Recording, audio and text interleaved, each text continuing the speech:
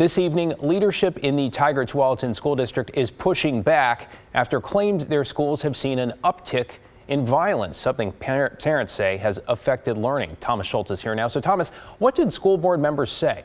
Well, David, while district leaders have pushed back against calls for the superintendent to resign, at a Monday evening school board meeting, Tigard-Tualatin staff did present a revised punishment policy outlining consequences students would face for misbehavior.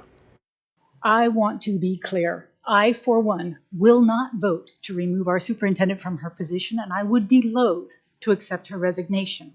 Over the past few months, the Tigard-Tualatin School District has faced an assortment of challenges. In September, a bomb threat forced an evacuation at Hazelbrook Middle School. In another incident, a viral video showed a Tualatin student attack other kids in the hallway. And in December, parents told KGW that classes were disruptive and unsafe. A month later, some say little has changed. Half of the day is filled with kind of chaos. School board members say disruptions are on the rise, though they claim it's a nationwide problem. While it is true that TTSD schools have seen an increase in violence, aggression, disruptive behavior, it is absolutely false that we've experienced more than our neighboring districts.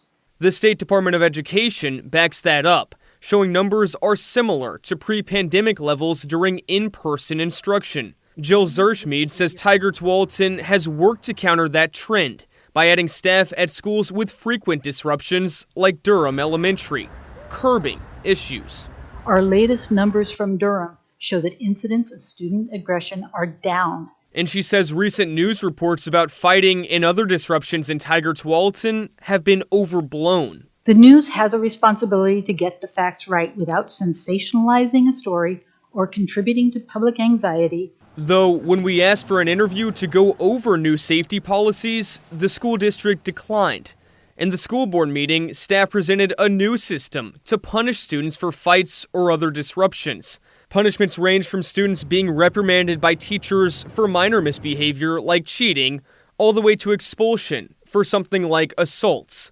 And parents say while they're glad for a revamped policy, it's not enough. I feel like everybody's trying to create a policy or a handbook, and it takes months and years to do that, and there's no actual effective change happening. Other parents say students need to know what punishments they could face for bad behavior. Knowing that there are consequences to severe behaviors, that's a deterrent. The school district says the new policy will be implemented in February.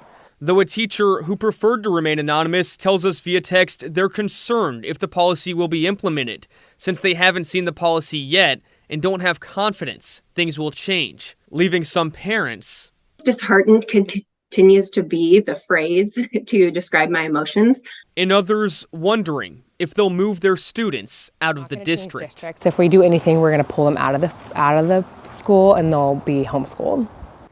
And still, despite complaints, in a statement, the school board says Superintendent Susan Ricky Smith is the right person for the job. David, they point to rising test scores where the district has seen large spikes in math and reading. Thank you, Thomas. Appreciate that follow-up tonight. And still to